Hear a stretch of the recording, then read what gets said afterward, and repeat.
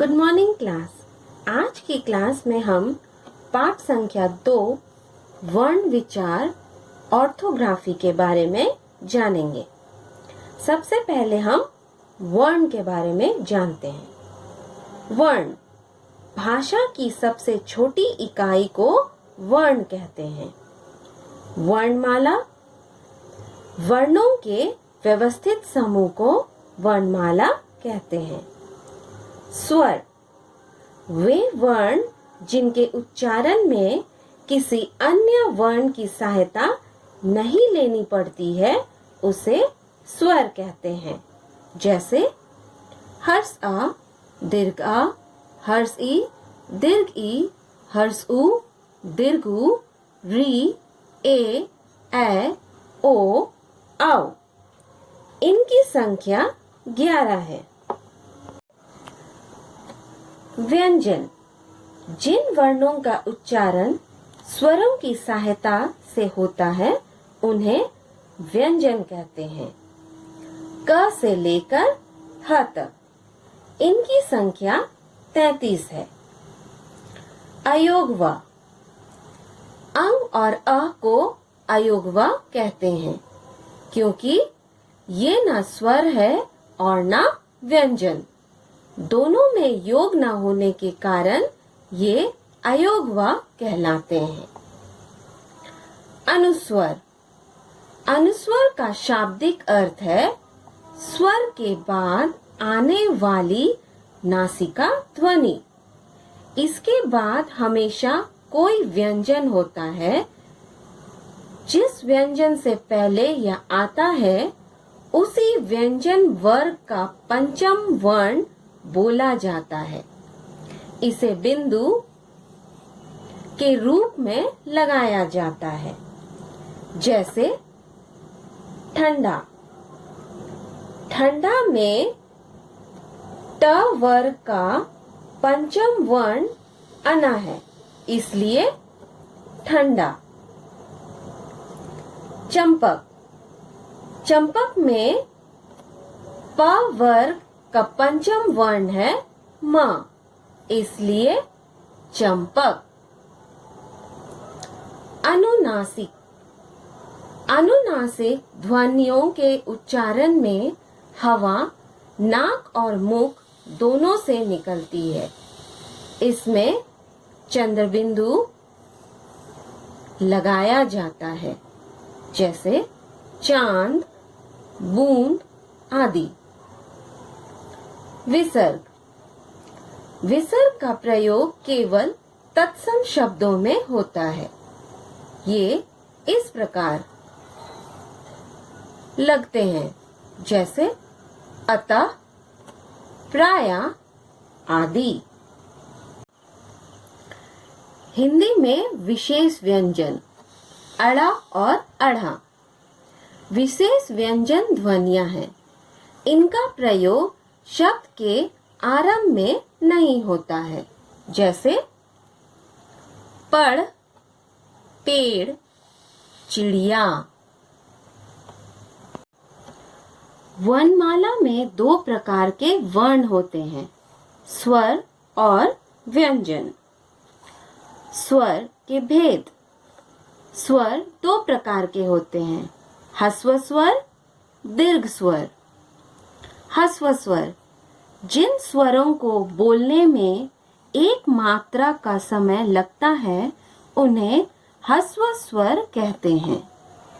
वर्णमाला में 4 ह्रस्व स्वर हैं, हर्ष आ, हर्ष ई, हर्षु, री। इन्हें मूल स्वर भी कहते हैं। दीर्घ स्वर जिन स्वरों को बोलने में ह्रस्व स्वर से दुगुना समय लगता है उन्हें दीर्घ स्वर कहते हैं। वर्णमाला में 7 दीर्घ स्वर हैं, दीर्घ आ, दीर्घ ई, दीर्घ उ, ए, ओ, औ। व्यंजन जिन वर्णों का उच्चारण स्वरों की सहायता से होता है उन्हें व्यंजन कहते हैं। इनकी संख्या 33 है। ये 3 वर्गों में बटे हैं। स्पर्श, अंतस्थ, ऊष्म। स्पर्श, जिन व्यंजनों का उच्चारण करते समय हवा कंठ से निकलकर मुंह के किसी भाग को स्पर्श करते हुए बाहर निकलती है, उन्हें स्पर्श व्यंजन कहते हैं। इनकी संख्या 25 है, क से लेकर म तक। अंतस्थ, जिन वर्णों का उच्चारण स्वरों एवं व्यंजनों के बीच का सा लगता है, उन्हें अंतस्थ व्यंजन कहते हैं। ये 4 हैं: य, र, ल, व। ऊष्म, जिन वर्णों के उच्चारण में हवा किसी स्थान पर रगड़ खाकर बाहर निकलती और ऊष्मा उत्पन्न करती है, उन्हें ऊष्म व्यंजन कहते हैं। ये 4 हैं: तालव्य श, मूर्धन स, धन स, ह। संयुक्त व्यंजन, वह व्यंजन जो 2 व्यंजनों के मेल से बने हैं, उसे संयुक्त व्यंजन कहते हैं। जैसे क हलंत जोड़ मूर्धन स, अक्ष। ज हलंत जोड़ इया, ज्ञ। त हलंत जोड़ र, त्र। तालव्य श हलंत जोड़ र, श्र।